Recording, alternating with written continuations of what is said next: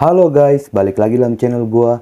Guys, untuk video gua hari ini, gua ingin menceritakan kisah dan kasus yang cukup mengerikan, di mana telah ditemukan seorang gadis muda yang masih duduk di bangku sekolah menengah atas, ditemukan telah tidak bernyawa di dalam sebuah sumur. Mirisnya, gadis itu ditemukan masih mengenakan pakaian seragam sekolah. Bagaimana kronologi hingga kejadian mengerikan itu bisa terjadi? Yuk kita simak videonya.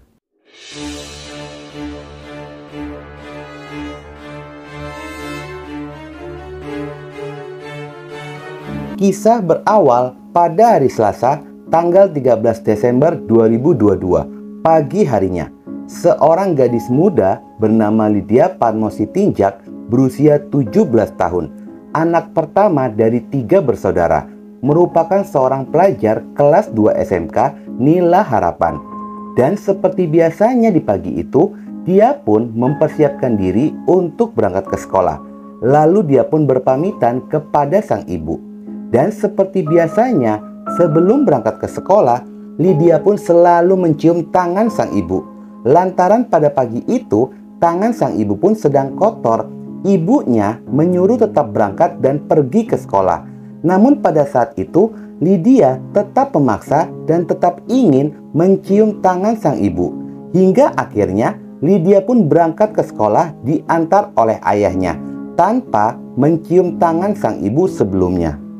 Namun ternyata hingga memasuki jam pulang sekolah, Lydia tidak kunjung pulang ke rumah. Meski hal itu tidak pernah dia lakukan sebelumnya. Namun orang tuanya masih menunggu hingga sore dan malam hari. Tetapi tetap saja Lydia pun tidak kunjung pulang ke rumah. Orang tuanya pun berusaha untuk mencarinya dan menanyakan kepada teman-temannya. Informasi yang didapat jika terakhir bertemu dengannya saat di sekolah. Dan Lydia pun sempat mengatakan akan bertemu dengan seorang pria yang baru saja dia kenal. Sepulangnya dari sekolah, Lydia pun dijemput oleh pria tersebut dan tidak ada yang mengetahui keberadaannya. Pihak keluarga terus berusaha untuk mencari, namun usaha itu pun selalu gagal dan tidak mengetahui keberadaan dari Lydia, anak tercintanya.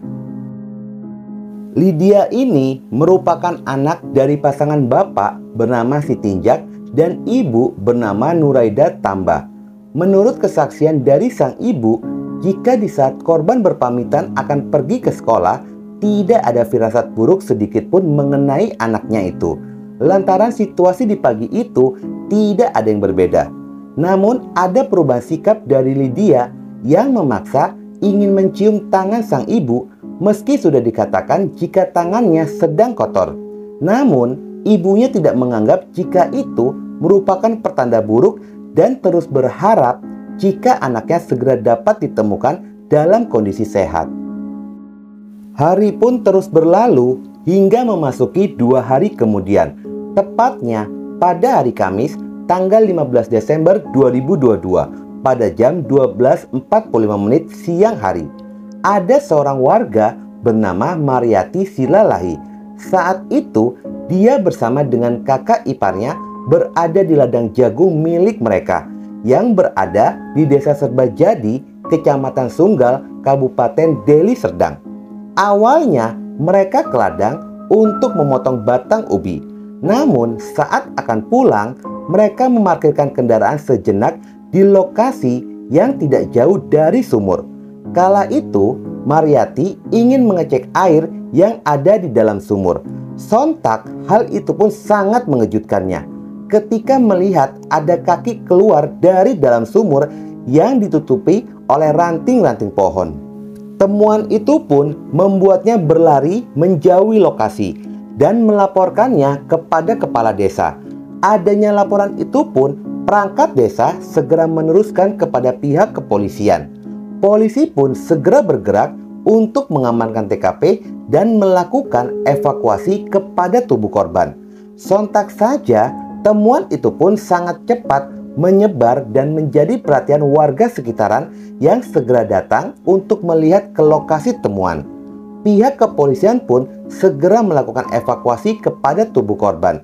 Dan saat tubuh korban berhasil dikeluarkan dari dalam sumur, terlihatlah jika korban masih mengenakan seragam sekolah.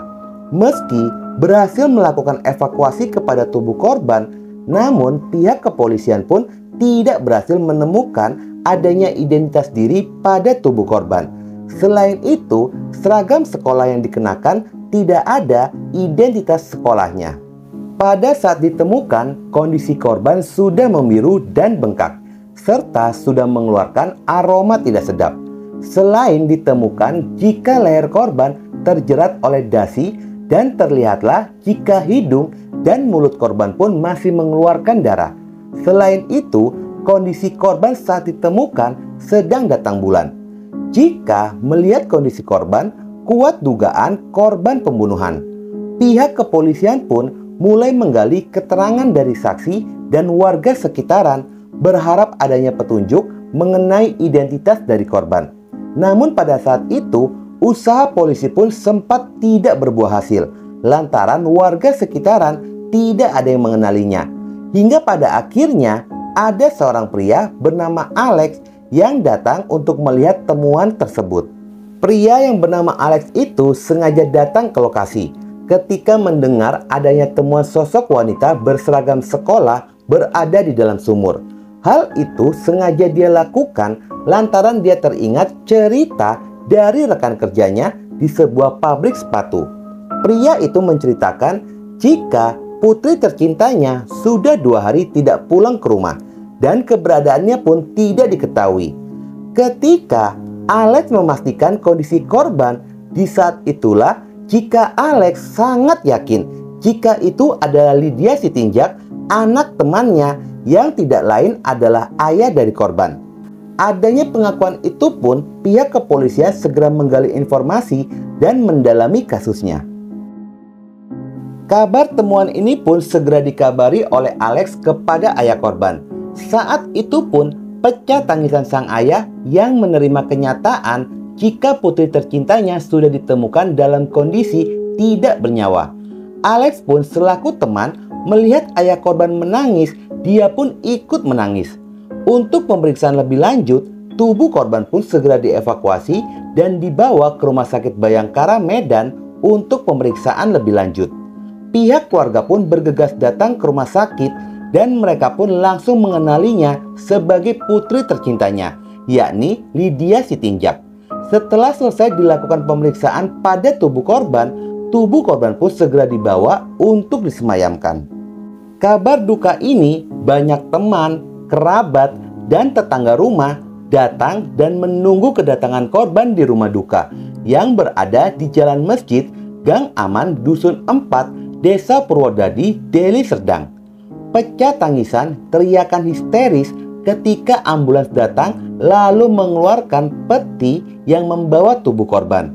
Air mata sang ibu pun mengalir deras saat peti dimasukkan ke dalam tanah. Dengan suara lirih, sang ibu pun mengatakan Boru Sasada masuk liang kubur, yang artinya Boru Sasada adalah anak perempuan satu-satunya. Sang ibu pun sangat terpukul yang membuatnya terjatuh dan harus dibantu berjalan kembali ke rumah. Di dalam kesaksian sang ibu, jika dirinya mengetahui anaknya sedang dekat dengan seorang pria, namun dirinya tidak mengetahui pria mana yang dimaksud. Lydia pun pernah mengutarakan jika dirinya sedang dekat dengan pria namun berbeda agama dan sempat meminta izin cowoknya akan dibawa ke rumah. Cuma sang ibu menolaknya saat mendengar cerita anaknya itu. Nuraida sebagai ibu cuma memberikan nasihat agar anaknya tetap fokus dalam menimba ilmu dan tidak ingin anak perempuan satu-satunya terjelembab dan rusak masa depannya hanya karena masalah cinta-cintaan. Keterangan dari sang ibu pun sama dengan keterangan dari teman-teman korban jika korban dijemput oleh seorang pria di sekolah. Dari hasil keterangan itulah pihak kepolisian pun mulai mengkerucutkan dugaan jika terakhir korban dalam kondisi hidup bersama dengan seorang pria. Tanpa banyak menunggu lama, pihak kepolisian pun melakukan pelacakan tentang pria yang dimaksud tersebut. Hasil pelacakan serta penyelidikan pihak kepolisian polisi pun berhasil menemukan adanya rekaman CCTV. Pria itu bersama dengan korban lalu melacak pria tersebut dan terlacaklah berada di daerah Payabakung, Desa Terang Bulan, Kecamatan Sunggal, Deli Serdang. Namun pada saat itu polisi pun tidak berhasil melakukan penangkapan lantaran pelaku tidak ada yang diduga telah melarikan diri. Pihak kepolisian pun segera melakukan pengejaran. Dari hasil pengejaran, posisi terduga pelaku terlacak ketika polisi berhasil melacak keberadaan ponsel korban.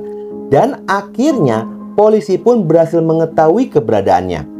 Tepat pada jam 5 pagi, hari Jumat tanggal 16 Desember 2022. Akhirnya polisi berhasil menangkap pria bernama Reza Lewa atau Reza Sumbing berusia 25 tahun di kawasan Jalan Simpang Keramat Rambung, Kecamatan Binjai Selatan, Kota Binjai.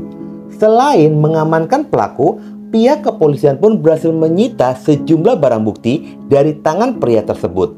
Barang bukti itu adalah 1 unit sepeda motor, jaket yang digunakan oleh pelaku, dan juga ponsel milik korban.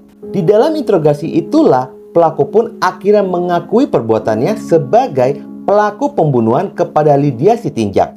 Selain fakta pembunuhan yang didapat, ternyata ditemukan fakta lainnya, yakni pelaku sendiri merupakan seorang residivis pada kasus penyalahgunaan obat terlarang.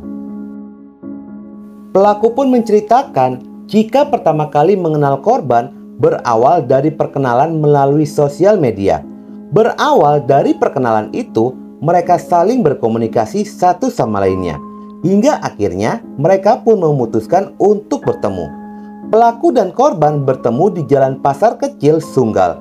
Saat itu, pelaku yang mengendarai motor Honda Vario berwarna putih mengajak korban ke ladang jagung di Dusun 4, Desa Serbajadi, Kecamatan Sunggal, Kabupaten Deli Serdang.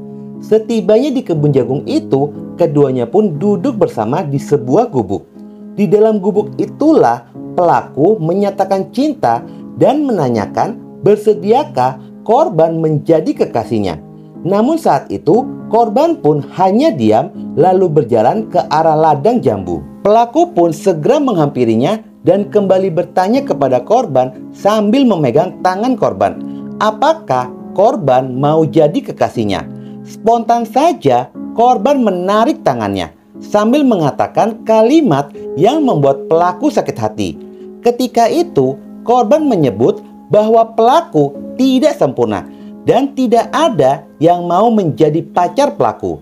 Korban pun mengatakan jika pelaku tidak bisa bicara, yang terdengar hanyalah au au au saja. Karena merasa sakit hati dengan hinaan itu, dari sanalah mulai timbul niat jahat pada diri pelaku.